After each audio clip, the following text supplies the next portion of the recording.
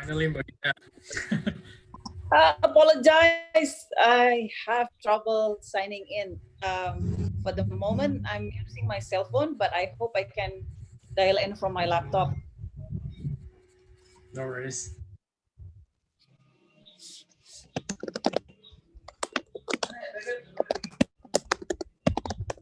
Finally, Mbak Dina. Apologize, I have trouble signing in.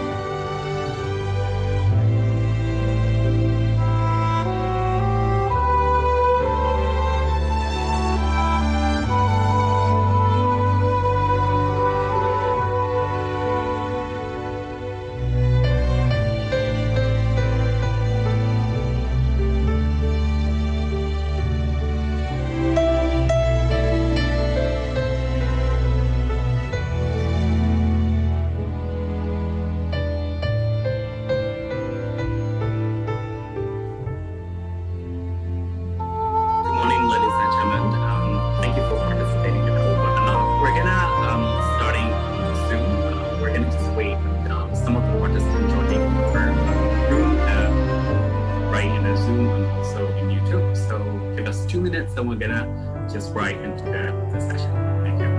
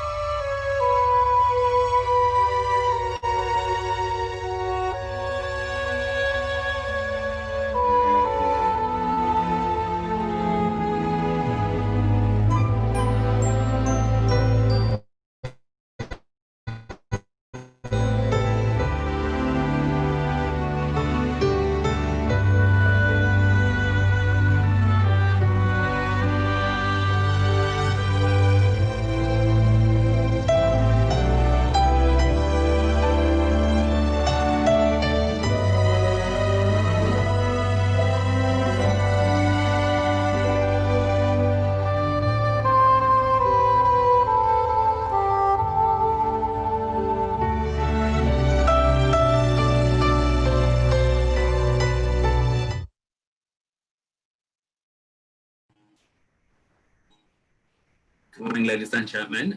Thank you and welcome to our webinar series. We're going to just wait 2 more minutes until we're going to just still waiting and participants joining in our rooms from and also from people joining from the YouTube. So please bear with us. Thank you.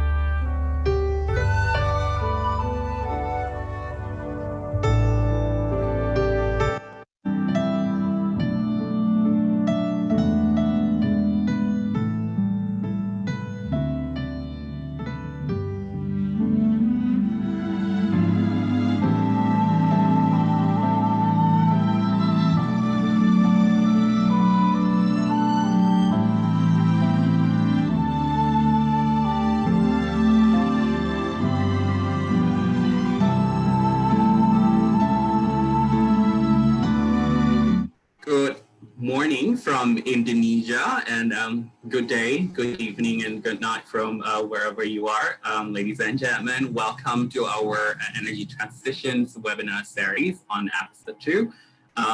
Thank you very much for your participating, both from people who are joining us through Zoom and also from people that joining and views us via YouTube for Indonesia, IESR Indonesia. My name is Ganda. Before we're going to start jumping into our session this morning, please allow me to give a little bit of a technical guidelines and also housekeeping rules on today's. And we're going to just also running a polling a little bit before we join into the main event. Just a little bit, just wanted to try to check my sound. If everybody, both in YouTube and also in the Zoom webinar, can hear me audibly, please just give me a shout on the chat rooms. And okay, maybe also can type in where are you from joining, just to be sure that you can hear me okay.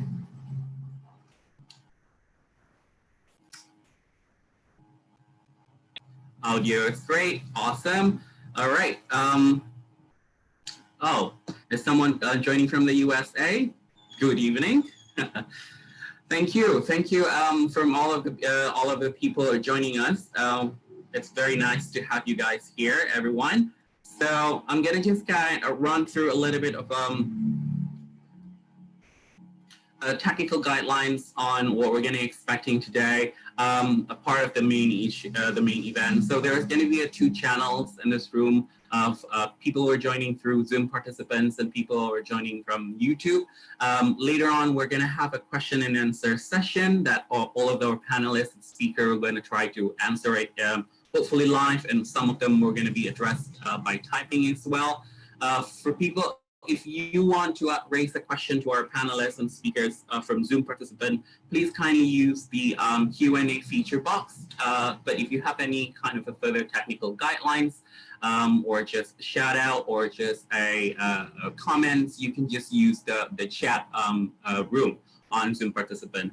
While people, if you are joining from YouTube, you can easily use the live chat feature. My colleague over there, Nisa, we're going to be moderating and will help assisting to you also to address your question towards to our panelists and speaker this morning.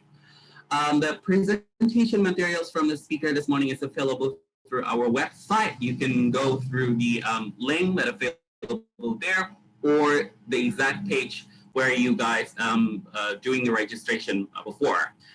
If there is a media or journalist, press joining us and you would love to have a further follow-up question, you can just email me to ganda@iesr.or.id. By the end of the event, before you're going to leave the rooms, there's going to be a survey just to give a feedback later on. We hope that you can participate to fill in the survey in the end of the day. Okay, I think that's a little bit about it. What's going on this morning. And before we're gonna jump into the webinar this morning, I'm gonna run through running a poll for us, everybody just to participate, just to give also a little bit of background on what we can expect on the discussion this morning. I'm gonna run a poll. For people who are joining through the Zoom, you can see the polling on your screen. While if you guys joining through the YouTube channel, my colleague Nisa there, we're gonna send you the link and you can also participate in the poll with the same questions. So I hope that you can already see the polling questions. There'll be 3 questions. Let me read it for you. Hopefully that you can participate. Among these factors, which one do you think is the most important in shaping and mobilizing clean energy investment in the country? There is a few other options there that you can answer: policy and regulation framework, electricity market design, economic and political stability, economic competitiveness of clean energy technology, institutional and administrative arrangement. And question number 2, given the current situation, who do you think is the key stakeholders that can accelerate the clean energy development in the country? Is it electricity or energy buyers and sellers? Or is it electricity energy companies, Could be a financiers, finance institution. Should it be a government? Last questions we would like to know is which topic would you like to elaborate on further in this webinar? Is it investment criteria or decision-making parameters from the investor perspective? Is it investor respond to the various market overview as well as policy and regulatory framework? Ideal supported financial system in bringing private finance sources. That's the only thing that I hope that you can vote it into this option. I'm gonna just give you time 2 more minutes until I close the polling and I can share it through you on the result.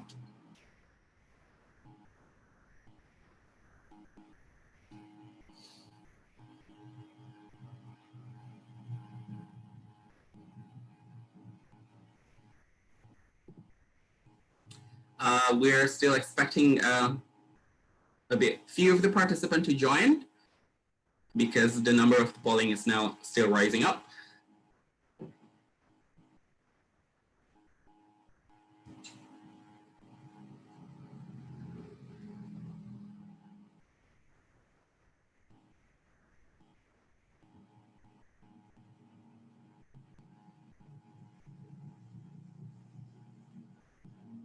Right. 1 more minute, and then I'm gonna just end the poll. I'm gonna share you the result. Great, the number is increasing.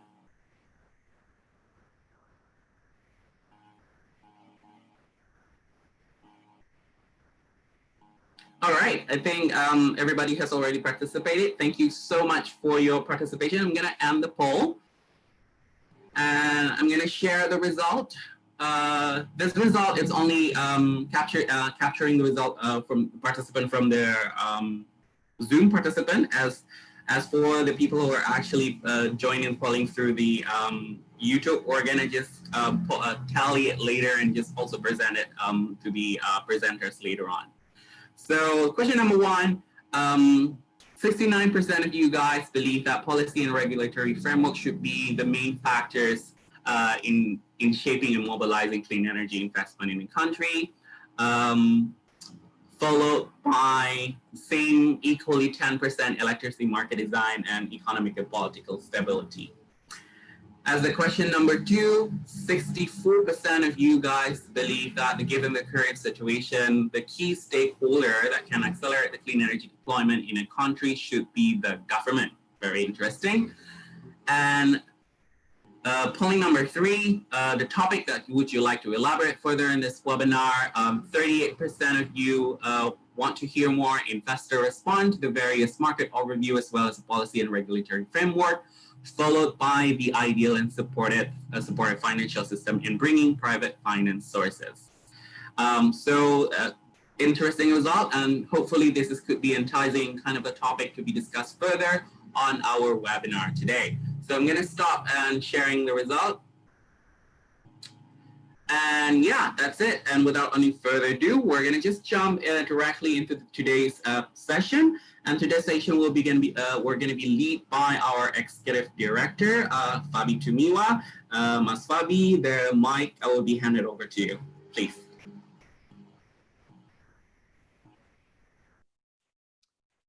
Hello, good morning, everybody. All participants and all speaker and panelists, welcome to our webinar today, Mobilizing Clean Energy Investment in Southeast Asia Power Sectors, Insight from Vietnam and Indonesia. And this webinar brought to you by IESR in collaboration with Allotrop Partners, Clean Energy Investment Accelerator, and ANEL. If you read the topics of today's seminar, we indeed would like to know what makes investment come to this region, in particular to Vietnam. We know that Vietnam in the last 2 years has remarkable progress in renewable energy development. In particular solar, now Vietnam is the hotbed in the Southeast Asia. So today, in today's seminar, we would like to hear from investors as well as financiers that invest in these two countries, and they can tell their own experience and their perspective, what makes Vietnam and Indonesia unique, as well as what kind of opportunities and similarities, and later on, and also the gap that needs to be filled to make sure that the investment can be accelerated further in these two countries. So for today webinar, I have two key speakers. First is Jando Sapia, I call it Jando. He's from NL and has been around in this region for a few years now, based in Singapore. Previously, also he based in Jakarta, but now based in Singapore, but travel extensively in this region. Second, we have Evan Scandling. Evan now is based in Seattle, US, but spent like more than 5 years, if I'm not mistaken, right? Yes, in the region, in Vietnam in particular. Evan is the directors of in Allotrop Partners. Also, in addition to Jando and Evan, we have two panelists, Hong Do, also from Clean Energy Investment Accelerator based in Vietnam, in Hanoi, right? Hong Do worked with project developer there, in particular to develop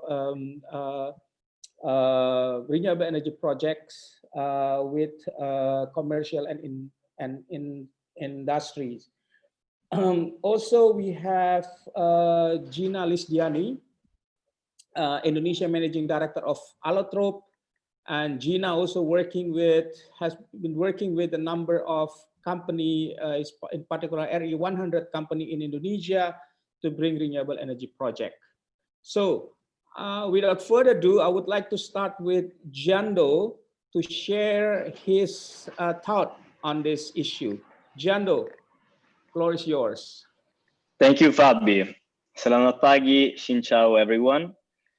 We can go on my presentation, and thank you, Paigi, for helping me skimming through. My name is Jando Zappia. I am business development for Enel Green Power in Asia Pacific. I have lived 5 years and a half in Jakarta, and since 1 year, I'm working on the Vietnamese market. Just a brief overview of Enel. Is one of the leaders in the new energy world. We have 73 million end users. We are the first network operator among private companies. We have 46 gigawatts of renewable installed capacity, 70 million direct customers, roughly the same number of PLN, and we operate in 5 continents. Moving to the next one, we can see that Enel Green Power is the renewable generation arm of the Enel Group, as I said, with 46 gigawatts of installed capacity and roughly 100 terawatt hours of production, diversified geographically, as you can see from the map, as well as technologically. At the bottom of the slide, we are active developing, building, and operating wind, solar, hydroelectric, and geothermal power plants. Without further ado, let's move into this brief presentation that I hope can give an overview of a comparative study and views on the power market design, the renewable energy trends, and the foreign direct investments attractiveness in Indonesia and Vietnam. Next, please. We can see in the next slide the snapshot of comparing the two countries. Indonesia has 270 million people living in it. It's the fourth most populous country in the world, whereas Vietnam is 100 million. In terms of GDP, the Indonesian economy is roughly 4 times bigger than the Vietnamese one. But in terms of total installed capacity and electricity demand, you can see that there is not too much of a difference compared to population and GDP, where total installed capacity is 67 and 55 respectively for Indonesia and Vietnam, and electricity demand 260 terawatt hours for Indonesia and 200 terawatt hours for Vietnam. Both countries have a young and growing population. They had GDP growth in the double-digit range since the 80s, and both are important targets for foreign direct investments, especially in the manufacturing space, also following relocation from China, which of course are pushing commercial and industrial electricity demand up. CNI stands for commercial and industrial. Next, please. Here, I give a snapshot of the renewables penetration in the two countries. In Vietnam, we see 49% against only 11 in Indonesia, where fossil fuels are still dominating against Vietnamese landscape where hydroelectric power capacity is very relevant. And we see in the yellow and the light blue the share of solar and wind respectively, which was grown in the last 4 or 5 years,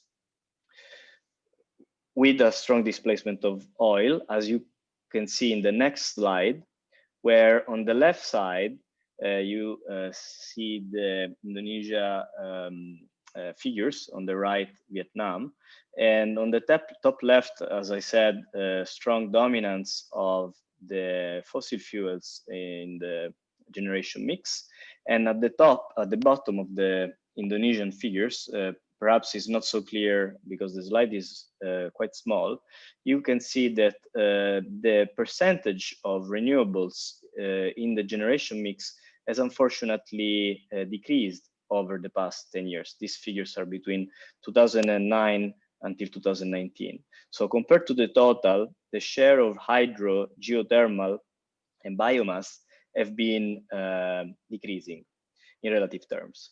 Whereas on the other side of the slide, Vietnam, we can see that renewables have been increasing over the past 10 years, especially with hydro, solar, and wind, and almost complete displacement of oil in the generation mix on the last of the bars on the lower chart. We can move to the next slide that will introduce the electricity market design. Here you can see 2 different pictures which actually are not so representative, and apologies, but the 2 flags are actually swapped. Vietnam is the one on the left and Indonesia is the one on the right. Both countries have the presence of monopolistic utility, which in Vietnam is EVN and in Indonesia is PLN. And both have partial liberalized generation market, with Vietnam having also some privatizations ongoing in the gencos owned by EVN. But then in the rest of the spectrum, they are all entities 100% owned by the government.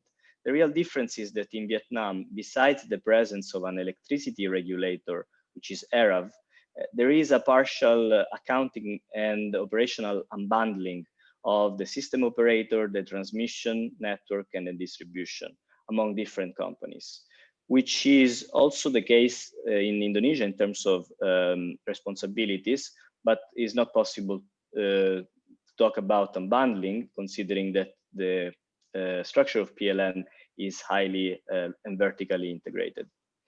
We can move to the next slide, where there is a snapshot of the regulatory framework for renewables. In the following will be about Vietnam, and I will provide some comments between the two. In particular, here you can see in the darker gray boxes that over the past years, there has always been an overarching policy for several technologies that was provided by either the government or the Ministry of Energy, which was also um, better defined by subsequent policies in each technology, which have been actually not following through the progress of the previous ones. And most of the times, there has been an hypertrophic policies production, overhauling completely the previous regulatory framework.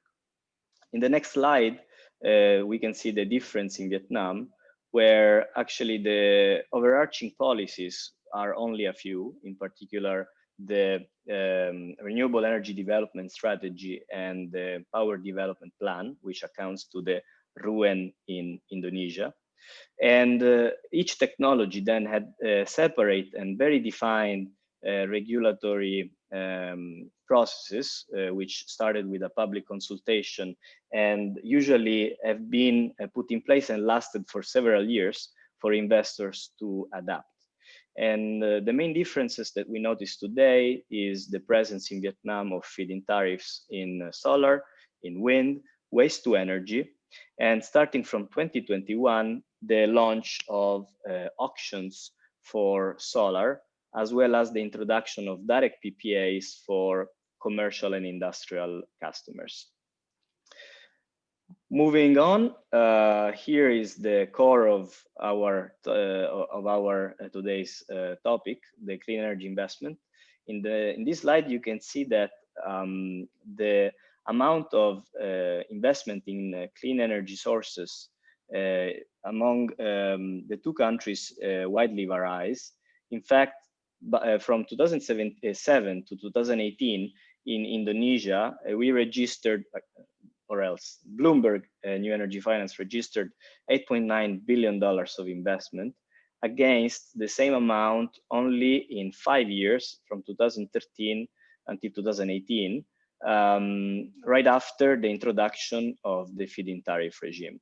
Taking out 2019, which was another record year for Vietnam, which has not yet been compiled. Moving on some comparison of the levelized cost of electricity, we can see that Indonesia and Vietnam have very different LCOEs for PV and wind onshore, which don't make these two sources very competitive in Indonesia, especially against the BPP, which is, of course, one of the references for policymakers. Whereas for small hydro and biomass, the numbers are similar, and to a certain extent, not the higher end, but the bottom, surprisingly also coal has a similar LCOE, even though Vietnam is a net importer and doesn't have the rich coal resources of Indonesia. Finally, we can move on our conclusions. What are the elements for a successful remuneration scheme? It's always a good natural resource assessment, considering that our fuel is nature. The importance of consistency of energy policies and the stability of the policy frameworks to allow investors to adapt to the rules and to factor in risk in their valuation models. We advocate for the creation of competitive tender processes for the generation quota allocation in order to reduce the total cost of generation. And the way to do it is to have predictable investment returns with clauses in the PPA ranging from compensation on termination in case of buyer's default or international arbitration, force majeure, and guaranteed electricity offtake, which allows long-term investment planning entering into a country or entering into a particular technology. The local content requirement is also very important. It should be aligned with the country's long-term industrial plan. In fact, we remember in 2013, the Constitutional Court of Indonesia had revoked the previous solar PV ministerial regulation due to local content legal concerns. And finally, the execution of this scheme must rely on technical requirements, in particular the fact that the transmission grid shall be scheduled in advance, the split of costs between the parties should be clear, and finally, a central coordination for permitting.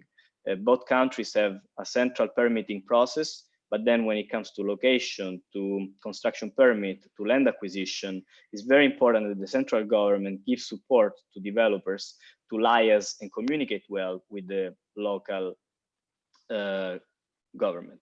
Finally, last slide, an highlight of on Indonesia, which is the country where I worked and I have better understanding of. It's important to mention that tenders postponement or RFPs postponement by PLN or the government reneging on awarded tariffs are sending mixed signals to the market. We advocate for the digitalization to increase efficiency and transparency, allowing better allocation of resources, in particular strengthening financially PLN. As said, a well-designed auction system can provide scalable renewable energy programs that are cost-effective. And in fact, comparing Indonesia with other countries shall be taken with a pinch of salt. It's not possible to align the solar tariffs of UAE with the Indonesian environment, given the big differences in country policies and industrial setup. Finally, Indonesia had until recently one of the best bankable PPAs among ASEAN countries. Therefore, there is no reason why Indonesia cannot return to becoming the destination of choice for renewable investments in Southeast Asia. That's all from my side, Fabio. Thank you, Giando. Very well presentation. You have presented the landscape, regulatory electricity market landscape of both country, Indonesia and Vietnam. And I think you also kind of give the insight from the investor perspective. As I know, Enel is one of the largest renewable energy investor in the world, right? It's not just in and I think you have given key insight what attractive for investors.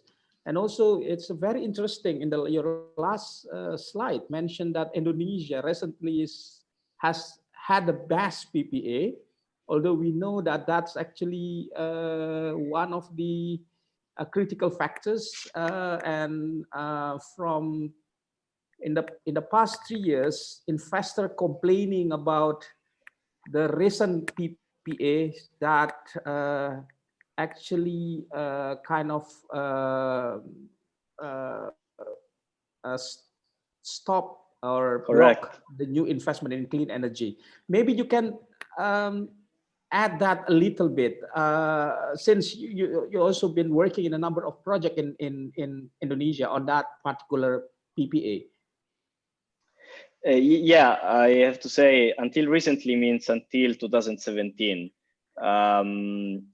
We know that the energy market in Indonesia is very complex due to geographic and industrial very different conditions of the country.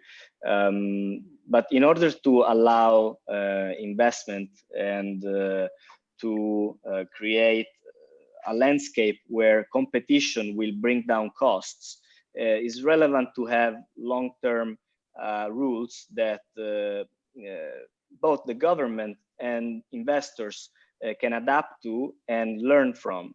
In Indonesia, there has been good and bad rules, as in many countries has been the case, that you have also discussed in your previous webinars in Spain when the feed-in tariffs regime was set back by a retroactive rule. But it's always important to have a certain amount of years to try out and see what is the real reaction. When you have too many regulations over a short time, there is a difficulty for both the governments, locally and centrally, the authorities and the investors to create investment plans and to execute them. So you're right, recently means 2017, and in particular Regulation 50, but we have seen very good signals with the Regulation 4 2020 on some of those concerns be already lifted. PLN is still at the core of the problem and the solution. I think that the Indonesian government is working very hard to support the energy transition, and more conversations between the parties involved in the process are required to support this this transition. Thank you.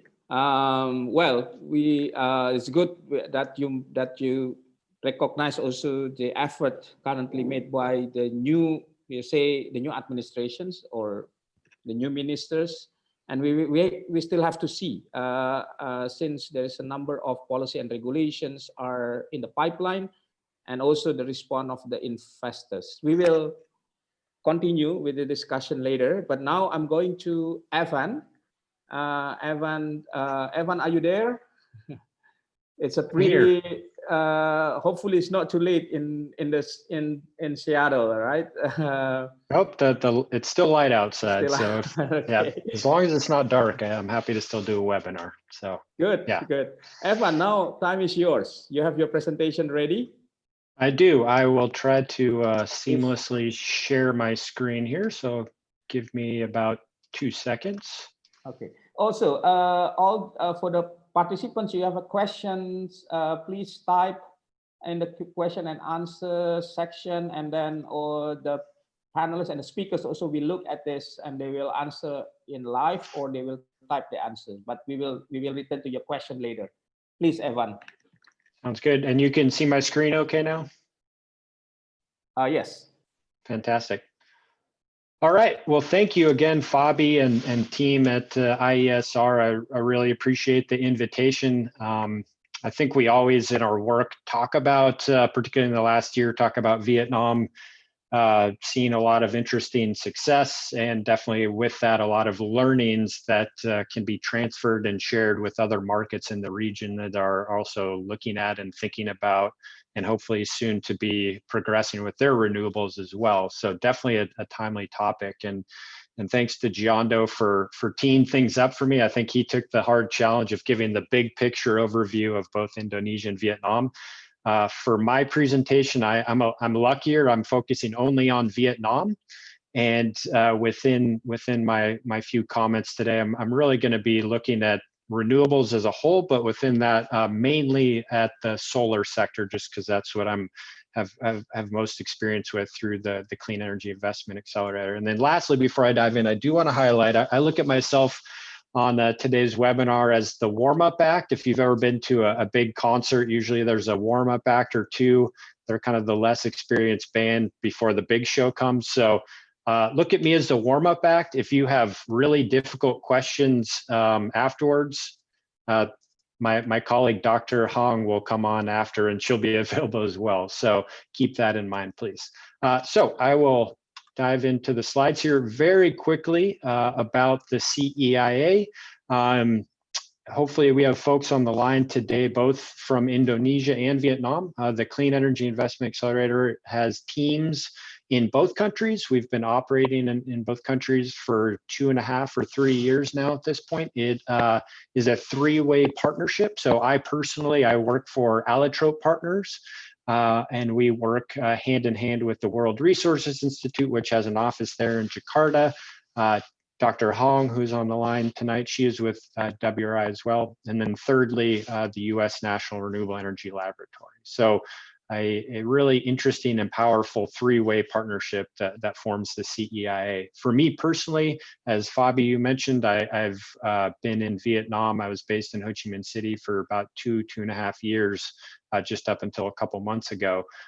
So that, and my main experience within the CEIA is working mainly with corporate renewable energy users and as well as the suppliers and IPPs that are looking to work with them. So as highlighted here on this slide, the CEIA, our main goal, of course, we want to, in the countries work and look at scaling up renewables for the entire country, but the segment we're looking at is looking at corporate energy users as a key lever, a key stakeholder group to work with as a big demand driver for clean energy. So that's where a lot of my thinking and a lot of my comments are coming from that area, from, as Giondo called it, the CNI, the commercial industrial segment of energy use.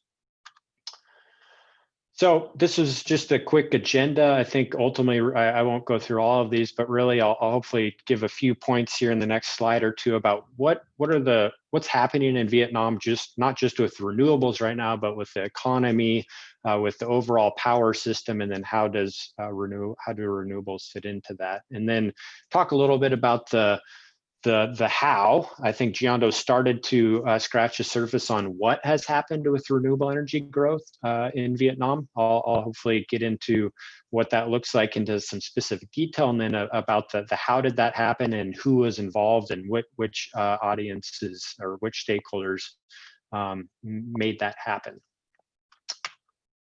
So to get right into it, looking at these three segments here on the left side over here, these are kind of what I'd call the economy points. And then here in the middle, looking at the power system, and then this would be a couple climate oriented points. But I think the main takeaway on the slide, I won't go through every single one of these, but over here on the left side, Giondo started to talk a bit about Vietnam's economy and its growth. It has been looked at in Southeast Asia as one of the fastest growing and most sustainable growth economies in Southeast Asia for the last several years. And with that comes, of course, demand for power, which is in that middle section of points here. But a few points to stop on here for a second. Giondo mentioned FDI, foreign direct investment, and Vietnam in particular becoming more of a hotspot for FDI investment. I think that's a really important point when we're looking at Vietnam's power system and renewables. We'll come to that in a bit, but corporate energy users have shown to be, and their demand for renewables have shown to be a really important part of the overall planning from the government side of how does Vietnam as a country create a power system that's going to help meet the goals of these large investors. So looking at the power system in Vietnam, I think, every country is a bit different. Vietnam is really striking in that the pace that the power system is projected to need to scale up in the next 10 years. So we're looking at more than doubling the power generation capacity. So right now we're at about 50 to 55 gigawatts of installed capacity in Vietnam. In less than 10 years from now, or let's say in a decade from now, that it's projected to need to be at around 135 gigawatts. So it's worth pausing at that on that point for a second and asking ourselves, how is that gap going to be filled? How is those let's say 75 to 80 to potentially more gigawatts over the next 10 years going to be filled? Is that going to come from traditional sources that have been used in Vietnam for many years? Knowing that hydropower has been tapped out for the most part, is that going to come from coal generation, or is it coming from some of these new renewable energy sources that we've seen some rapid scale up recently? It's also really important to point out that these other 2 points here. This is a lot of money that needs to be used, and the question goes to how will that be financed and who will finance that, and that will come up here in my slides here in a moment. The hint, if I was going to tell you ahead of time, is the government and EVN, the government-owned utility, does not have the capability to finance that on their own at that scale for the next decade. Also really important to point out down here is Vietnam is at risk of a power shortage, and this is not a researcher or some external stakeholder stating that there's this risk. This is MOIT, the ministry, and also the utility EVN making public statements over the last year or so saying, we are recognizing and we're announcing to everyone publicly that we are in real risk of power shortages, and we need to fill that gap soon. So again, that also plays into thinking about renewable energy and as an appropriate way to fill that gap in a very short amount of time. And then of course the climate aspect here over on the right column here, how do we scale up these many gigawatts that need to be installed and expanded in the coming 10 years while also trying to meet the Paris Agreement targets, which are quite aggressive. The 25% there is the NDC, the National Determined Contribution, assuming there's international assistance involved. So all in all, how do we scale up Vietnam's power system in a way that is can be financed? A lot of money is involved, and done in a way where these climate objectives are also met. The last part, and I'm glad Giando mentioned this here, Vietnam is partway through its electricity market liberalization, which is a really important ingredient in all of this. We'll come back to that in a few slides.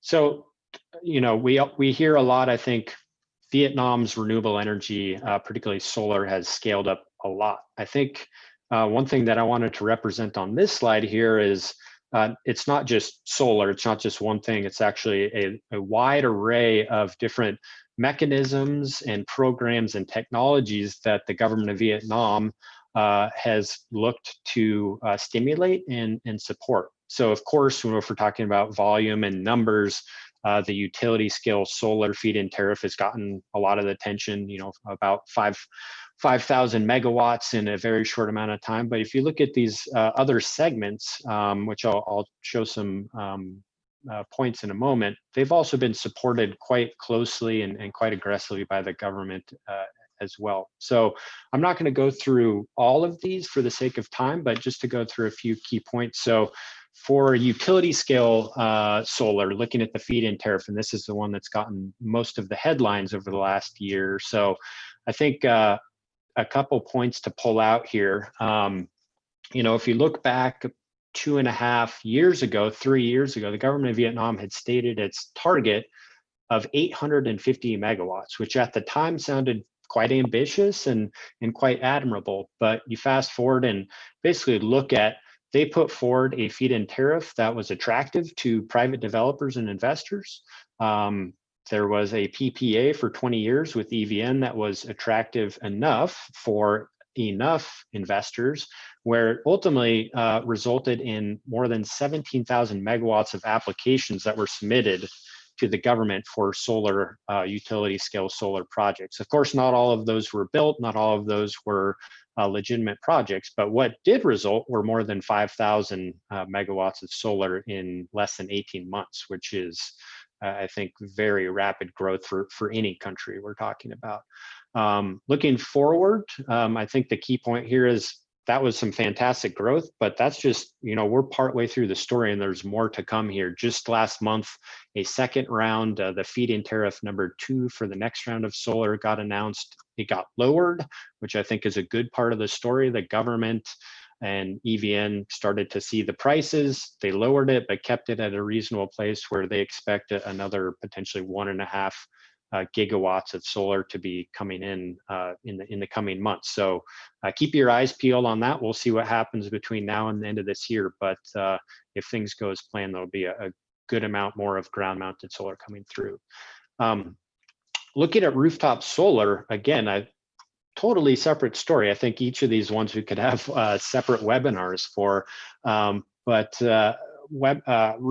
Rooftop solar, again, same story. It was supported and put into place from in a way from the government that brought in investors and really encouraged action to happen quite fast. So a few key points here.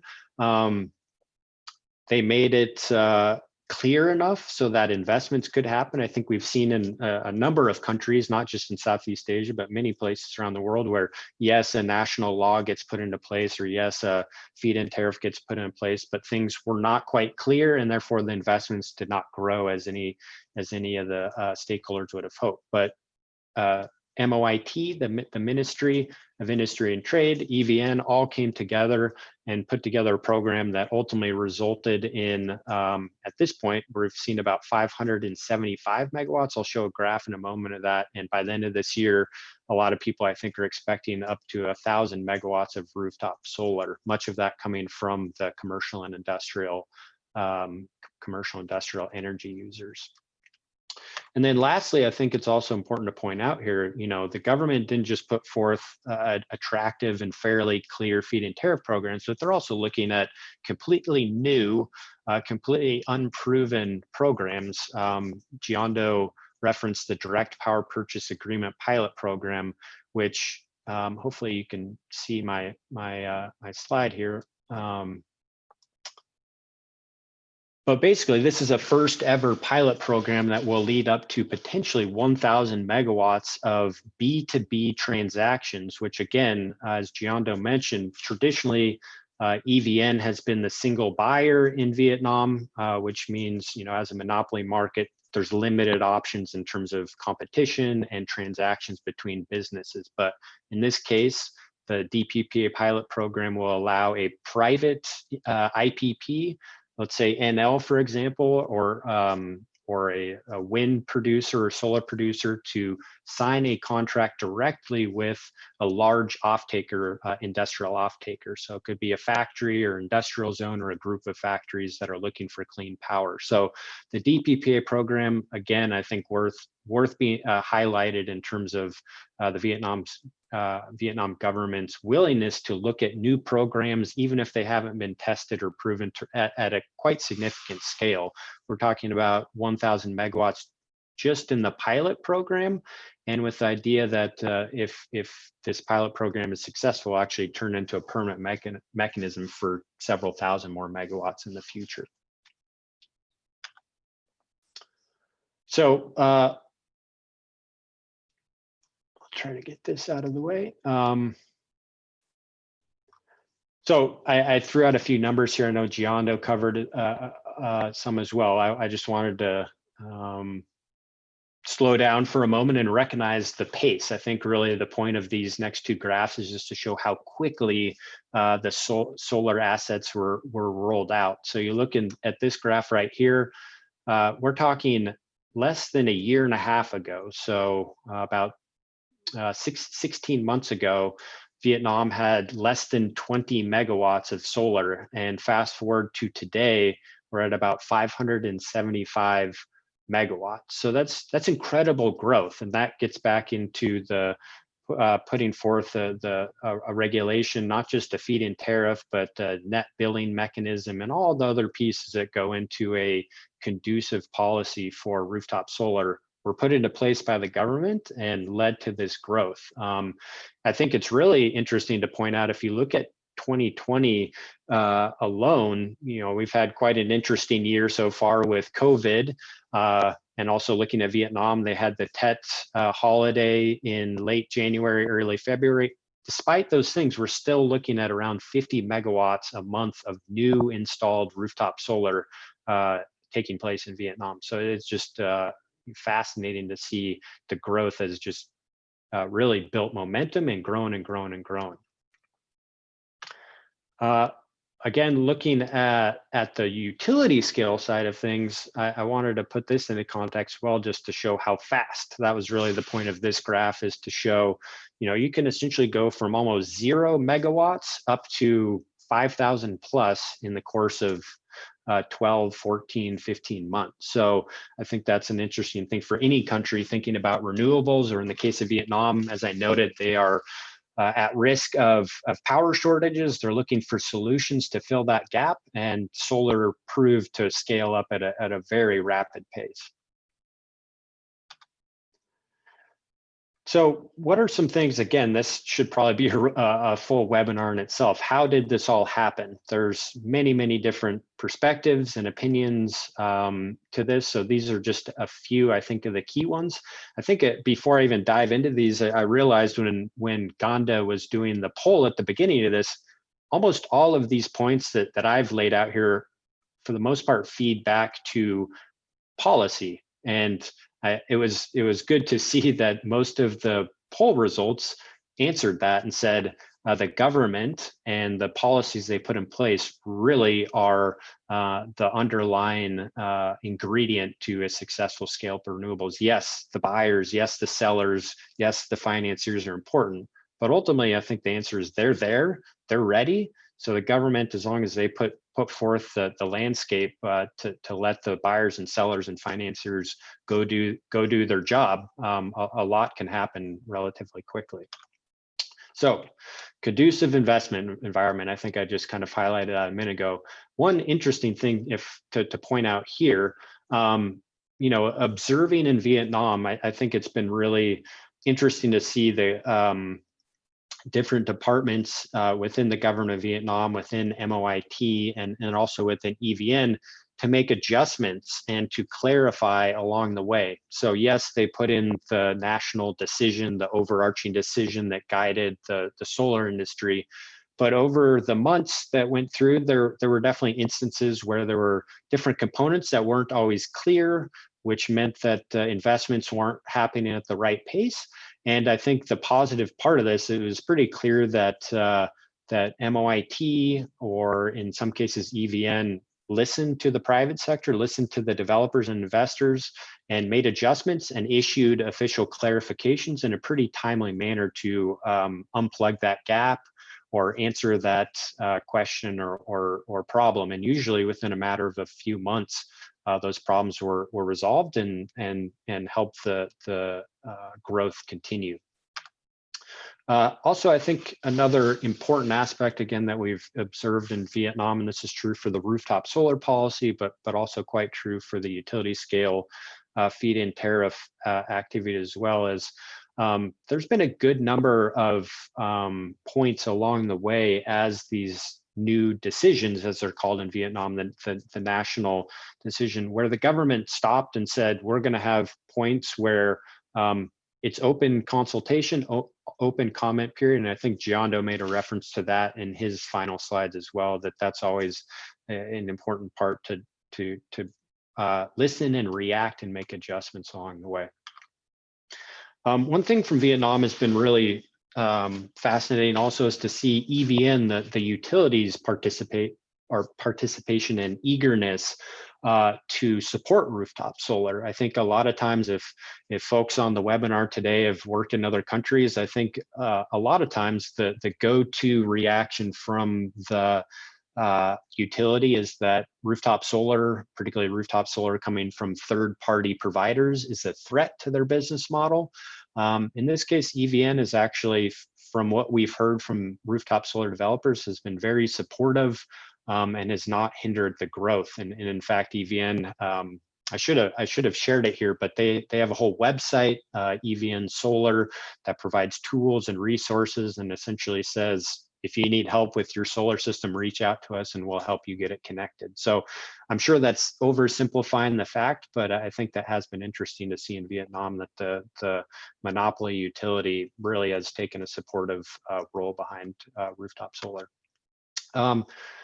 I referenced this before when we're talking about the growing renewable energy in general in Vietnam and looking at that massive amount of investment needed every year. It was about $10 billion. How is that going to be done? And I think the policies that were put in place by the government recognize that the private sector, both the buyers and the sellers, and of course all the bankers and financiers in between, have a massive role to play. The DPPA, the Direct Power Purchase Agreement program, definitely is a very good example of that. But I think also just looking at the solar feed-in tariff, that's 5,000 megawatts in less than 18 months. That is several $1 billion that came in from the private sector to make that happen. And then lastly, I think, again, we're talking about all of this growth in a very short amount of time, but despite that, the government of Vietnam also showed interest and willingness to look at new mechanisms and new technologies despite all these other things happening. So yes, even though 5,000 megawatts of utility scale feed-in tariff solar were happening. In parallel to that, they've also been working on designing the DPPA pilot program. They've also been, for example, looking at floating solar. So really taking a diverse approach and you know, as you might be able to say, you know, multiple hooks in the water to grow renewable energy. I think the point on this slide, I won't go through all of it, is that yes, the government of Vietnam is very important. As I referenced a few minutes ago, policy is the underlying bedrock of a renewable energy industry growing in the country. But it's also important to point out that without any of these other stakeholders involved, the industry would not have grown at the right pace. And I think it is worth pointing out here, you know, Vietnam is in an interesting point in that it's partway through its liberalization right now. These EVN companies and subsidiaries are basically being asked to operate in a new way and interact in a new way than they ever have. So I think yeah, it's not just the solar developers, it's not just investors, it's not just EVN that's buying the electricity. It's all the other pieces of the puzzle that have come together and worked together to make this work. So I wish I had time to go through each of these lessons. I think they're all worth talking about because I think they're relevant not just for Vietnam, but probably applicable for most countries. But a couple to point out, and if my graphics aren't intuitive, the green ones are supposed to be the positive lessons about what went well, and the red ones are the ones that, okay, these might not have been how we planned, but there's some good lessons to take forward for the future. So a few of the green ones, a few of the pluses. I think Vietnam showed that by kickstarting an industry with a good feed-in tariff regime, they can pretty quickly begin to get to that price discovery that we talk about of what is the true cost of solar, what is the true cost of wind power in this country, and start working its way away from feed-in tariffs towards auctions, which I'll mention here in a moment. But that's part of the big picture for Vietnam is the price for electricity has pretty quickly started to drop year by year. We're seeing that already in the next feed-in tariff regime. I think another learning here is there's more than enough money out there. There is more than enough capital, both from equity investor side, also from the debt side. You know, if you can go from essentially 0 to 5,000 megawatts in a year and a half, it's pretty good proof. Yes, and I mentioned this down here. Yes, there were certainly some international investors and lenders that would not deem some of the aspects of the utility scale PPA to be bankable. So that remains to be seen, and that's something I think could be learned and improved upon. But the positive aspect is that several $1 billion were made available and executed on. I think something important here, since we've been talking, Giando mentioned, I mentioned, of looking at this is not just about generating electricity, this is not just about the power system, but ultimately this is about growing Vietnam's economy and making Vietnam as a country attractive to businesses there, particularly large FDI investors. I think creating mechanisms such as the direct power purchase agreement program, or making a conducive environment for rooftop solar for factories and industrial zones, only deepens and only improves the country's attractiveness to FDIs. And I know Fabi has a few questions coming up about RE100 companies that are essentially looking at their supply chains around the world and trying to identify which countries are the most attractive for renewable energy procurement. I think Vietnam's really shown that they're taking that seriously.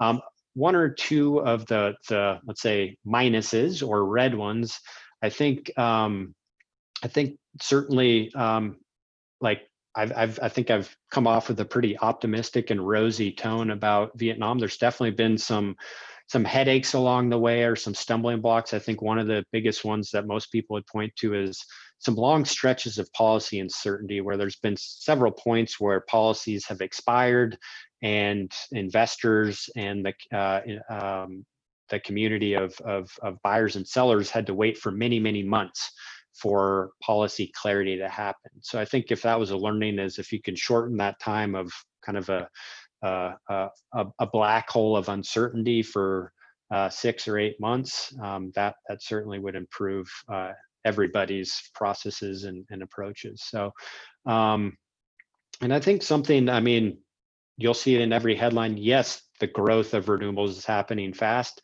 It doesn't come without risks, doesn't come without hazards. On the technical side, Vietnam has been a good lesson learned for how does the grid physically absorb all of that electricity now coming online in such a short period of time. So any country needs to think about that, particularly a country like Vietnam that's scaling up its power system so quickly. So what's next? Hopefully, hopefully I'm just scratching the surface on some of these ideas, and we can get into more of the Q&A with my colleague, Dr. Hong, afterward, or Giando might have some more thoughts, or folks from the audience. But looking forward, what are some key points of what's happening from where we're at now? I think broadly, the main point being is Vietnam has grown in a fantastic rate, but it's really just the starting point, and we're going to be seeing quite a lot more in the coming years. The feed-in tariff number 2 just got announced last month, so we're expecting to see a significant amount of new solar coming in the next few months. The next stage after that is moving away from feed-in tariffs to auctions, to really get to a competitive approach where developers are offering the best price possible. And I think we've seen some really good, interesting examples around the region doing that. I think Malaysia has shown that using a reverse auction system can bring in some very attractive prices for solar down in the 4 or 5 or 6 US cent price range there. I think, again, just to underscore, the private sector is showing that it has a large role to play in renewable energy growth and actually the power system overall. So DPPA, I mentioned that, rooftop solar, I mentioned that. One other thing that I think is a newer ingredient or a new part of the Vietnam story, and would be interesting to see how this plays out in other countries around Southeast Asia, is just about 6 months ago, a Vietnam company put forth a very lucrative proposal, and I believe it was fully accepted, to invest and operate the transmission and distribution. They recognized that they wanted to build large, many megawatts of solar, but the grid was not going to be able to absorb that. So they also said, we will invest in our own money into the T&D as well. So I think that's a really interesting part of the story. And I don't know if that's going to happen for sure, but I think that's definitely something interesting to look at as what's happening in the future. I think I won't cover the last of these. I think what I would end on is going back to one of my first slides there of looking at the three ingredients of, this is not just about electricity, but this is also about the economy. This is also about climate. And I think that's kind of the question to end on, is looking at the next 10 years, Vietnam is at a really, really interesting time in that they expect their economy to grow at a very fast rate. They expect their power system to grow at an extraordinary rate. And the question feeds in here, can that be done in a way that helps them meet their climate targets? So I'll end on that note, and happy to take any questions, but as I said before, any difficult questions, I'll just turn right over to my colleague, Dr. Hong. Thank you, Evan. It's excellent presentations. Also, I would like to continue in this directions. Also, to also some questions to Dr. Hong, and also Evan, you can answer that. Dr. Hong, some people mention here, and I think in Indonesia, some people think that feed-in tariff is the one that makes solar are very interesting and very attractive in Vietnam, and that policy is behind the rapid deployment of solar technology. Do you see this argument is right? I know Evan mentioned a number of factors, but is that really feed-in tariff that drive the solar solar euphoria in Vietnam? Hello, everyone. Can you hear me well? Yeah, I think you Hello? sound good, Hong. Oh, good. So thanks, Fabi, and thanks, Ivan, for a fantastic presentation. And thanks for, save the difficult question for me, which I normally prefer doing it. So yeah, regarding Fabi's question of the important role of the feed-in tariff policy, and I do agree that is play a critical role in mobilize and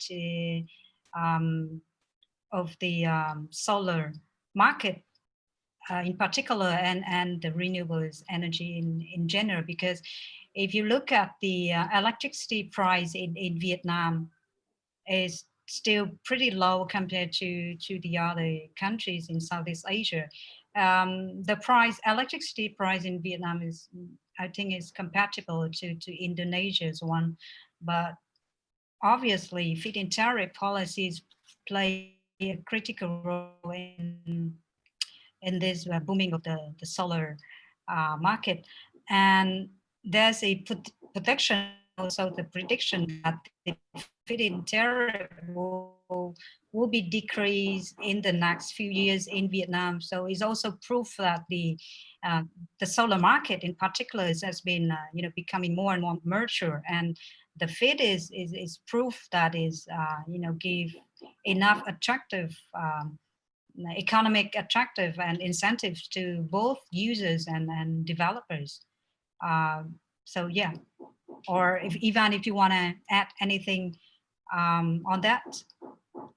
So yes, Evan, maybe a follow-up question is that, do you predict then when the government, because there was a discussion before last year, right? I mean, that the government will end feed-in tariff, change with something else this year, but then government continue with this feed-in tariff. So my question is that, if the feed-in tariff end, do you see that the solar, or like wind also, wind sector and solar, are they going to grow as fast as today, or it's not like that the case?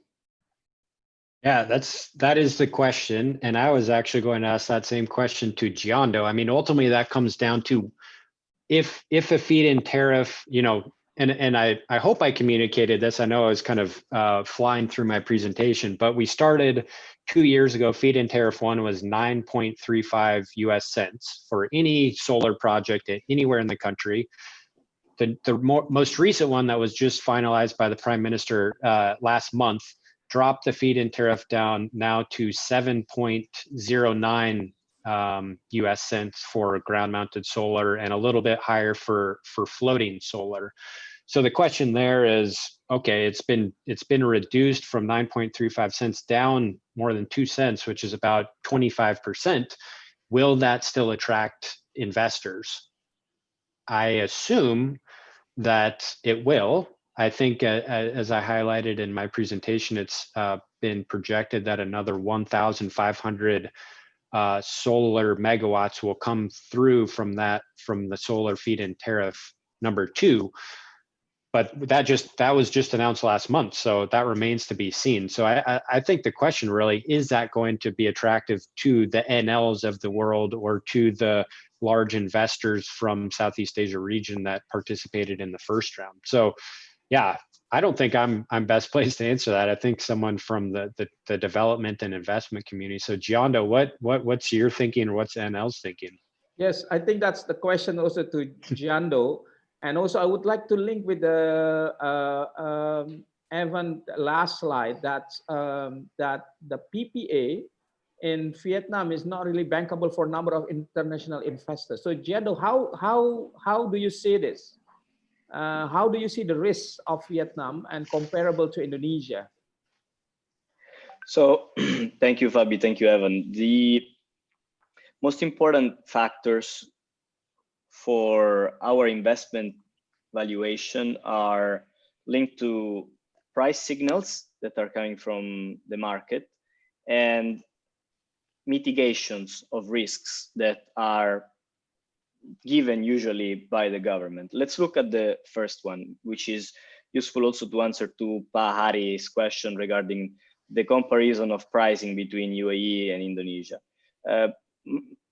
Pricing signals are those that you can have only once you are in the market. So you can understand how much is the total investment cost in terms of BOP costs, or logistics costs, or the development cost, which means development, which means permitting land acquisition, only once you are in the market. And there is a certain amount of development of projects that give these price signals to investors.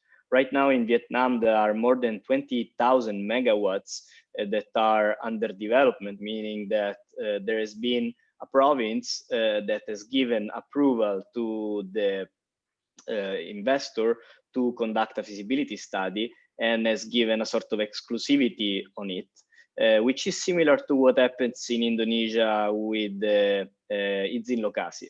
The difference is that in Vietnam, you have only 2 years to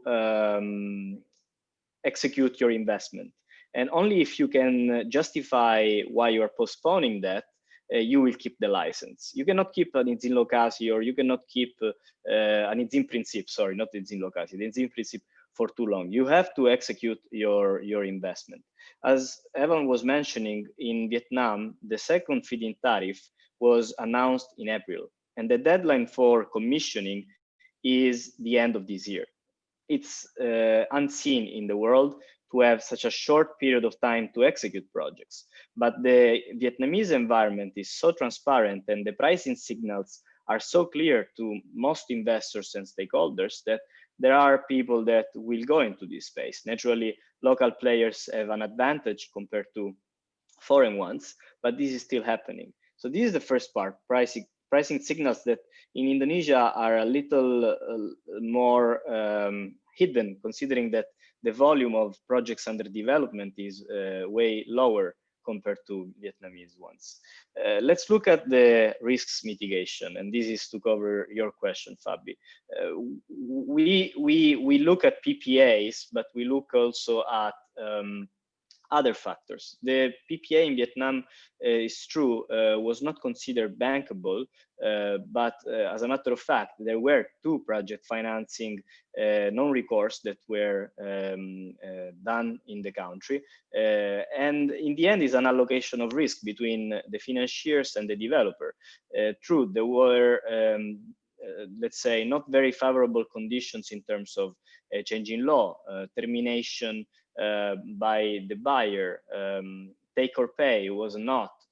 But if the developer, the investor, and the financier are able to split these risks among themselves, the project can be considered bankable. And as a matter of fact, there is a huge inflow of finance into Vietnam, as we have seen in 2018, only $7.2 billion, primarily driven by local financing or the balance sheet of huge investments, primarily by Thai, Filipino, or Vietnamese companies, but also European and infrastructure funds.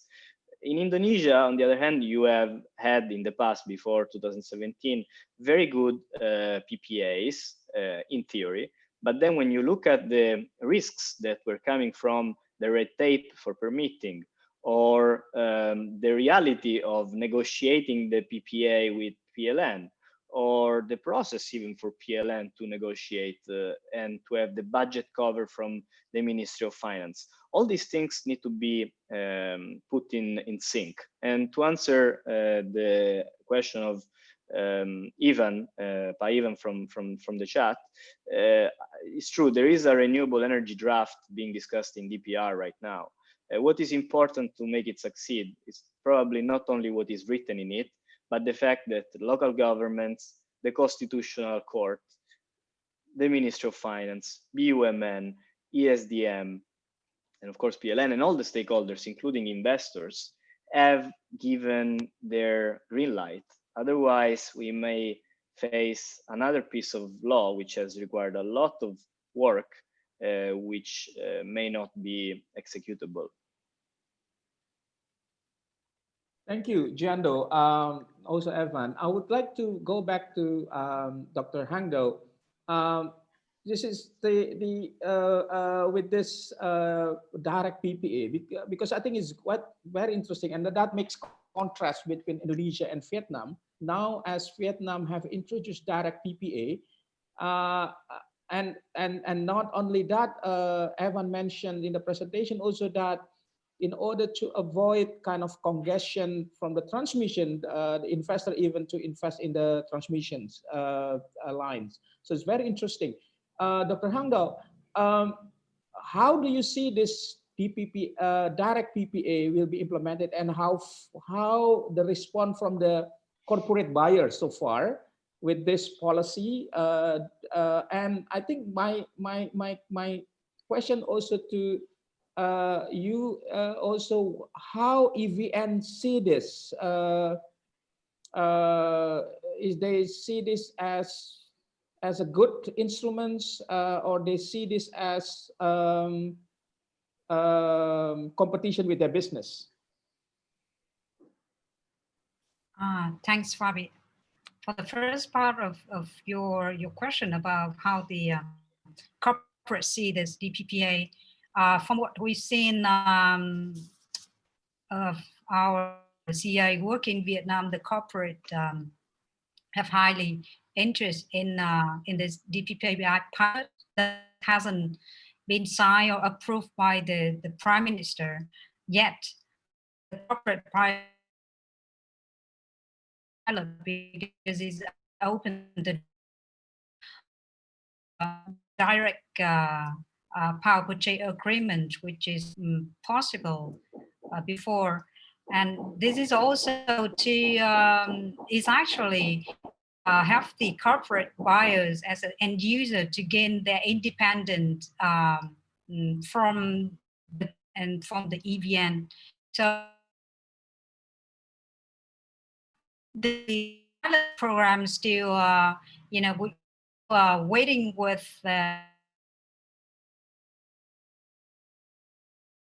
corporate buyers as the end users with limited kind of experience and also know-how in the electricity market, which is was quite not very transparent in Vietnam. So they also, there's high interest also take it as a cautious and still a lot of unclear how it's going to move forward. I think Ivan will help me to add points on that. But on your second point on the EVN, how EVN see this DPPA pilot, I mean, EVN has been still remain as a state-owned monopoly utilities, but there's been being supportive for the DPPA pilot, and also is also help the EVN to shift to a kind of experimental liberal electricity market with certain cautious step. EVN doesn't see it as a competition, but also to help them improve, to be more open and to be more transparent in the electricity market. Yeah. Okay, thank you. Ivan, you want to add on the DPPA, how this evolve, and how do you see it's going to be implemented in the near future? Sure. Yeah, if we have time, I'd love to add a few points. I think it's been a really important part of our CEI work in Vietnam going back 2.5 years ago, and has really evolved quite a lot. So actually, just as Hong was giving an answer there, I added a new slide. So if it's okay, can I share a quick slide for about 30 seconds here? Sure. Would that be okay? Okay. So I think just to your question a moment ago of what's the interest of corporates, if everybody can see this, okay. This is a document that we helped put together in partnership with the USAID program based out of Hanoi 2.5 years ago. So late 2018, I believe it was, if I'm keeping my timeline correct. But it all started really with our team from CEI teaming up with the USAID VLEAP team saying, here's a really strong and powerful idea for what could be added in Vietnam. How do we start? And it really, I think, looks at, obviously, back to that other slide I had where it had all the different stakeholders. We all knew that it would have to appease and work for all parties involved. But from the corporate buyer side, we started, and as you can see here on this slide, we basically talked to some of the largest energy users in Vietnam. Some of them are local companies, many of them are international companies, many of them have RE100 or global climate targets, so they had very specific either renewable electricity or just clean energy and climate targets to meet, and realized that if there was not a program that allowed for off-site DPPA type of transactions, that they would have no chance of meeting those goals. So the logos that you see here were just some of the initial companies. It's actually grown quite a bit over the last couple of years. And it essentially started with this, what we called the DPPA declaration, to put in front of the government of Vietnam, the multiple different entities within the government, and say, hey, look, there is a very strong group from the private sector, both from the energy buyer side, but you also see some logos here from the developer side. I'm sure Giondo and NL's team actually has participated quite a lot in the process of the DPP over the last couple of years as well. So a big contingent of buyers, a big contingent of the investors and sellers or developers. And ultimately the government said, yeah, we recognize there is a demand for a program like this. And that was 2.5 years ago. What's happened over the last 2.5 years has been a lot of in the weeds, very detailed work from the USAID VLEAP team. So I think that's a key learning here. If any other country, any other market's looking at a similar program, it's not going to happen overnight, and there needs to be a dedicated team. So the USAID VLEAP team deserves a lot of credit for working hand in hand with ERAV, the regulator, and the other parties within MOIT, and also the power corps within EVN network to really get them all on board with this and design a DPPA program that's going to work for all of those parties. So where is it at now and what's next? I think to put some numbers behind it in terms of the interest, it's not just logos on corporate logos on a piece of paper at this point. It's actually at a point where the Prime Minister is expected to approve this pilot project sometime very soon. And essentially the door will be opened for the buyers and sellers to come in, submit projects, and to be approved, and then go build those projects. I think one interesting thing, just in terms of the interest level, originally, if we'd been doing this webinar a year ago, the number that was established in terms of the overall capacity for wind and solar projects was 300 to 400 megawatts.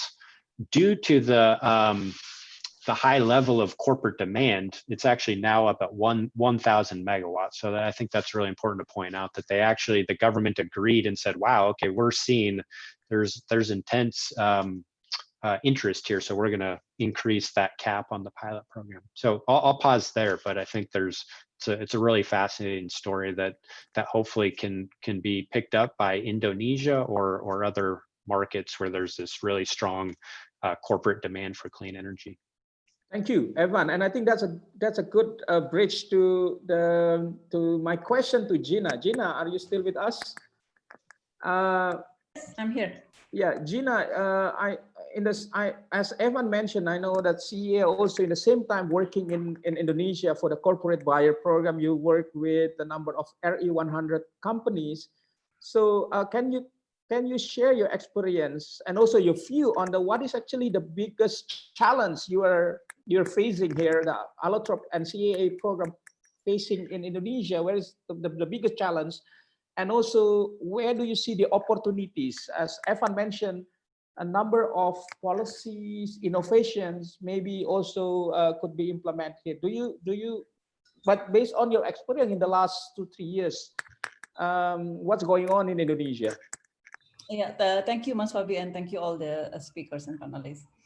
Yeah, CEA Indonesia actually, we did a similar approach to the government since 2.5 years ago.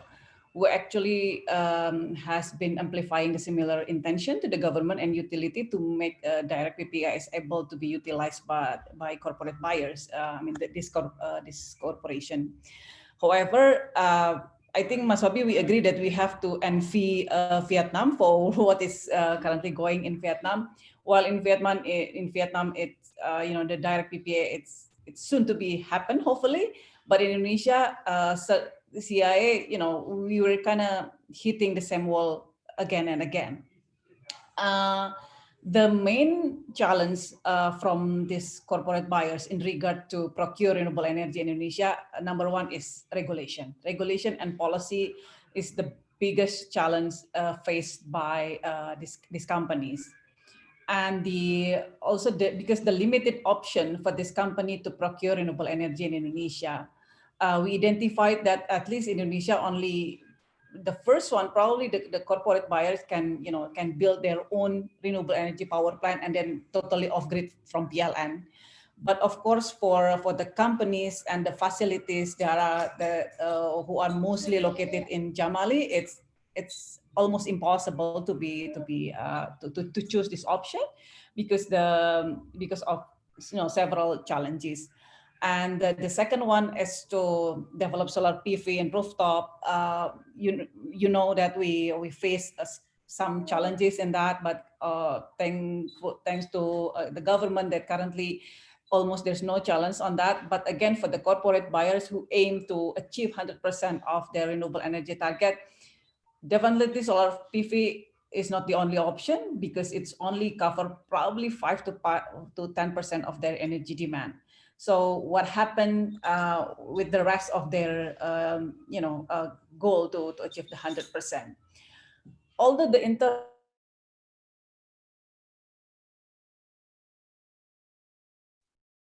Hello.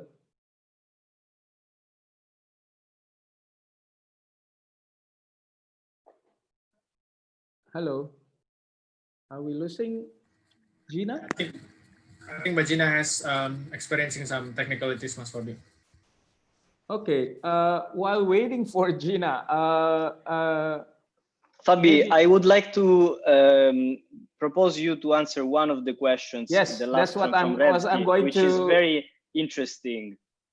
Please, yes, that's why I'm going to suggest if you can look at there's some question here. Some are already answered, but also you can look at this question. And I think if you can pick one, but also I would like to suggest, because there's a question in this, the tariff is lower than feed-in tariff in Vietnam, and how the actually government pay for it.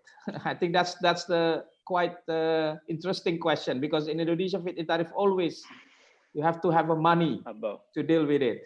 It's the same question I wanted to answer, so we are on the same wavelength. Gina, hold a moment. We will answer the question and we'll back to you. And I will ask also Evans to step in at will. To ease the question, Paigi, you could check on slide 10, the one where the flags were swapped. But basically, it's true. The feed-in tariff is above the retail price of electricity. The reason why is that is, number one, to spark investment. The total cost systems are not the costs of EVN. And considering that EVN is government budget, the government was able to price in the surplus given to investors and developers as a future discount for additional efficiencies, which is very important when you develop long-term policies. But what is really the simple answer is that in Vietnam, the DISCOMs, the distribution companies, which are 5 for Hanoi, Ho Chi Minh, North, Central, and South Vietnam, similar to what is Java, Bali, the different distribution companies in Jabodetabek, Surabaya, West Java, or in wider provinces of Indonesia and Sumatra and Kalimantan.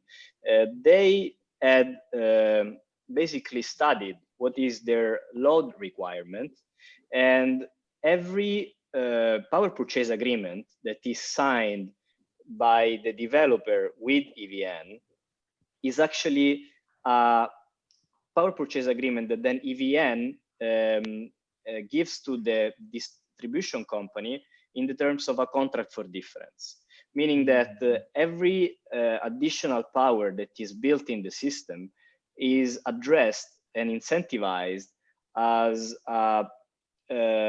additional capacity that is needed to match the requirements of the distribution company. So supply and demand are tried to be balanced in the best possible ways, which is of course another of the big challenges of renewables that are usually away from the demand and require transmission networks to be built. And that's why also the reason why in the second feed-in tariff round in the south of Vietnam, there was one particular province that has not the 7 cents per kilowatt hour regime, but has still the old one, 9 cents, because they want that region to keep building capacity because the south of Vietnam has a deficit of power. So these price signals in the market are available because there are different companies that operate in different ways, and there is a sort of contractual arrangement in between them. In Indonesia, some more transparency on how to match demand and supply could be a possible factor to reduce the total cost of electricity supplied and transmission and distribution. Okay, thank you, Jando. I would like to back to Gina. Gina, are you there? Yes, sorry, apologize for the connection. Please continue, but also I would like to have a follow-up questions. I mean, what is the, Evan mentioned about this 2.5 years ago in Vietnam, there's a kind of the declaration of this RE100 companies or number of companies that would like to purchase renewable electricity. So what is the expressions of the corporate buyer here? How strong are they in their demand for this, and what will happen if they cannot get renewable electricity? Because some of these companies actually multinational companies, and they have already set a target to acquire a number of, well, a percentage, even 100%. That's of the electricity, of the energy come from renewable. So how's their react to the situations? Yeah. Mm-hmm. Yeah. From my side, you're a little bit breaking up, but I guess I understand your questions. So we currently have almost 30 companies in our working group, comprises multinational companies and also local companies, and a few of supply chain partners from the brands of international brands. Although they're not, they don't have the same willingness to sign like declaration in Vietnam, but amongst the working group, the spirit for procuring renewable energy is there, Mas Fabi. It's very huge. There's some of them almost close to frustrated because their target is this year 2020, and then I think they're currently they only achieve less than 10 or 20% from their goal. So what important from these companies that we should learn, Indonesia should learn, is a few of them is already mentioned to us that the availability of renewable energy in the country is become one of the indicators for the company to expand their business. I think they also mentioned that if the country doesn't provide, reliable renewable energy for their facilities, they might switch their focus of investment to, for instance, for Vietnam or for China, probably. So this is very important for us to voice out to the government. Well, I think the government should hear this, because at President Joko, we are trying very hard to attract investment, and I think in the post-COVID. Also, that's, I think the question is that for post-COVID, then where number of countries think of to combine the recovery with the renewable energy development, it seems like Indonesia still lag behind. My question to Gina, before then I will give the question also to ask the question to other panelists, is that so far, how do you work with PLN? Because as you mentioned, one of the challenge is actually, well, it's the monopoly of PLN. And how do you work with them right now? Yeah, currently we have an MOU with PLN to provide technical assistance PLN to create the renewable energy certificate market. So our first engagement is marked by the capacity building, the capacity building that we provided to PLN. So we provide trainings for PLN from international body like CRS and CDP. We also facilitate dialogues, discuss a deep dive discussion with tracking systems. Tracking system is, I think, is the most important party in the renewable energy certificate scheme. So the goal from this engagement is to have PLN created green product like renewable energy certificate. They are willing to utilize their renewable energy, the existing renewable energy power plants, and then vintage the certificate out of these generations. But we also amplify the voice from corporate buyers that they are willing to purchase the renewable energy certificate, although they have some preference to have the certificate from the new power plants. So directly, this is a pressure for PLN to build more and more renewable energy power plants. We hope that this renewable energy certificate is going to be launched within this year. Hopefully, it's still achievable under this pandemic situation. I think I would like to continue this discussion, but I think we come to the end. It's more than 1.5 hours we have speak about this. Before I close, but I would like to give to Evan and Giando, I think it's more important from your experience and your knowledge. If you can give a best suggestions to Indonesian government, taking example or lesson learned from Vietnam. The main question is how Indonesia can be as successful as Vietnam in deploying renewable energy. You see that the remarkable number of solar deployment, 5.5 gigawatt within 2 years, and also wind expanding very fast in Vietnam.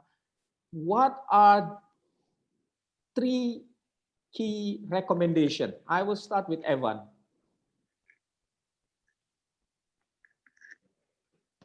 Okay, I was hoping Giando would go first. 3 key recommendations. I mean, I'll just go straight back to what I started my presentation with, is solid and comprehensive and clear policies and regulations are the bedrock of an industry growing.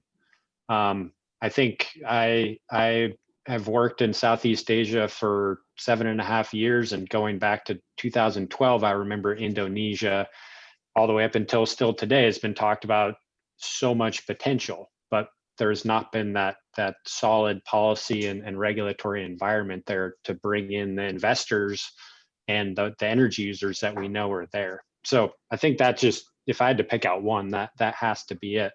I think number 2 feeds into that. I think if you create that environment with clear policies and regulations, you're going to have the NLs of the world and the the money will be there, the investors will be there, the developers will be there.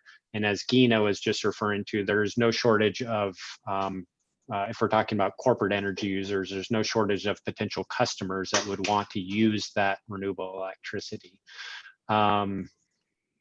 And I think number three, thinking in the context of some of the things that I talked about from Vietnam is, you know, don't, I think I highlighted it earlier is I think what I said in my presentation is put multiple hooks in the water. I think that's one of the key things looking at Vietnam is they didn't just do the solar feed-in tariff. They didn't just do wind, but it was actually, you know, 4 or 5 or 6 different renewable energy focused programs all going at once. Some of them were pretty straightforward, like the feed-in tariff. Other ones, like the direct, the DPPA program, completely new, completely untested, but they were willing to add that to the mix and test that out. So I think that would be a third thing to take away. And again, like I said in my presentation, Vietnam is, of course, it's a success story in a lot of ways, but there's a lot of learnings and there were a lot of speed bumps along the way too. So make sure that you're looking at the pieces of success, but also what were some of the things that were not quite so successful along the way that another country like Indonesia could consider when mapping out what their game plan could look like. Thank you, Evan. Giando, what's your recommendation? Thank you, Fabian. First of all, I've appreciated very much the discussion with all of you, Gina, Ms. Hang, and Evan. I would say 3: governance, support of PLN, and competition. So governance in the sense of having at the central and local level, the authorities working in sync to reach the same objectives. Sometimes these are misaligned, but everybody is part of the same process. Therefore, ministries, local communities, investors, banks, equipment suppliers, everybody should be speaking the same language, otherwise the execution is impossible. Support of PLN. PLN is a very fundamental company and everyday part of Indonesians' life. I have seen in many of the small villages where I have been in Indonesia, an office of PLN and not the offices of the government is one of the biggest employers, is the most widespread government entity in the country. It deserves respect and understanding of the challenges that it faces. And the rules that are around PLN are not easy. You know that we all know that public officials in Indonesia have the risk of incurring in criminal charges for state losses, but in a business environment, there is always the entrepreneurial risk to be factored in. So how does the company need to operate? As a company that sparks a market or not? And third, competition. It is proven worldwide that competition brings costs down. And therefore, we can talk about feed-in tariff, we can talk about different schemes. Those usually are just the starting point to ignite a market. But what really drives down pricing is competition and equal rules for everybody. So again, governance, support to PLN, and competition. Thank you, Giando.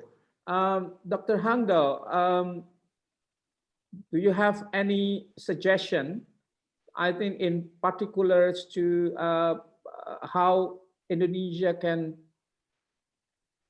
success also in promoting this renewable energy for corporate buyers? Yeah, I think, thanks, Fabi. I think Evan and Giando has summarized very good points for both Vietnam and Indonesia.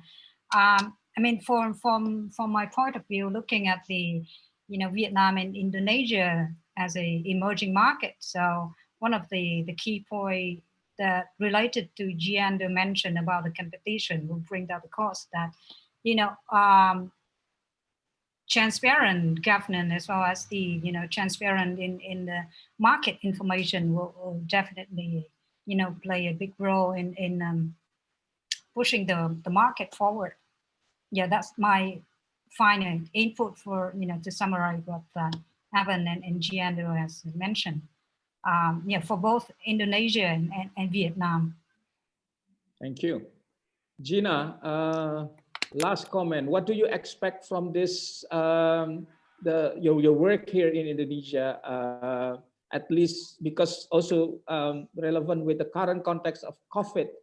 How do you see the prospect of corporate buyers, given all the difficulties, but also you see, you also mentioned some progress with this new market, renewable energy purchase certificate.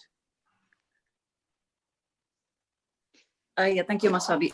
Well, we had a a meeting with corporate buyers a couple of weeks ago, and then we asked about how this pandemic affects their operation. In terms of operation, I think all got affected, but in terms of renewable target, they see that this is actually an opportunity for the government of Indonesia to to be more concerned on the renewable energy, because they believe that this pandemic, it's also contributed by the environment, by the climate. So I think this pandemic is even make their commitment stronger, to use the renewable energy as their sources. And we really hope that if PLN succeed in launching this green product, the renewable energy certificate, PLN will also be transparent with the especially with independent power producer, with the IPPs, and also to collaborate with the government in case that mentioned earlier by Jando and also asked by Ivan, that the draft of RA is going to be issued, because as far as I understand, under this draft, it's also mentioned about the renewables portfolio standard and then the renewable energy certificate. So I really hope that there's a communication between PLN and the government, so the market is going to be transparent. Thank you for all panelists. I think you all have summarized our discussion, but just to pick a couple of before I end this webinar, I just would like to pick a number of keywords. I think first, given this situation in Indonesia and Vietnam, and I think the successful of Vietnam that have to follow, that we can follow, is government political commitment, I think, and that's government political commitment is very, very important. And as Gayando mentioned, governance, yeah, and that's reflected in the government political commitment to develop renewable energy. Evan mentioned about when the government of Vietnam willing to increase renewable energy, they not only work on one specific program, but they work a number of programs with different policy instruments. I can say some innovative policies. It means that they are very serious in developing renewable energy. Second, I think everyone mentioned about the importance of policy and regulations, and that's the element of this is what I always summarize as TLC: transparency, clarity, and longevity. That will help to manage the risks and also attract more confidence. I think build more confidence of the investors to invest in the country, even though the whole policy setup is not, or they are not yet stable. But that give because they understand where the government is going and what kind of the policy commitment the government have, and they're willing to take the risk. And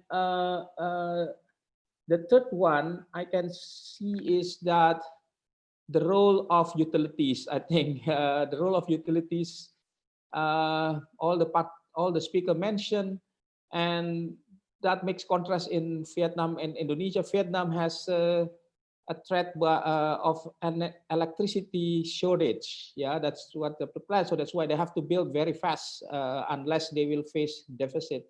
Unlike Indonesia, Java, Bali, which the largest, has a large electricity surplus, and that makes the response of utility is quite different. And I think some difficulties that Gina mentioned, also it's driven by that kind of situation. So I think, but that's again, this is related to the number one factors, the government commitment, how to address this issue. Therefore, there will be a win-win situation for all parties. The last one, I think, is a market. It's very important market. Vietnam, Indonesia has the similar or quite similar type of electricity market, but we can see a different. But I think how you develop the market or find how we, even though with this kind of market, you can still develop renewable energy, clean energy, and allow some innovative policies. It's also very important.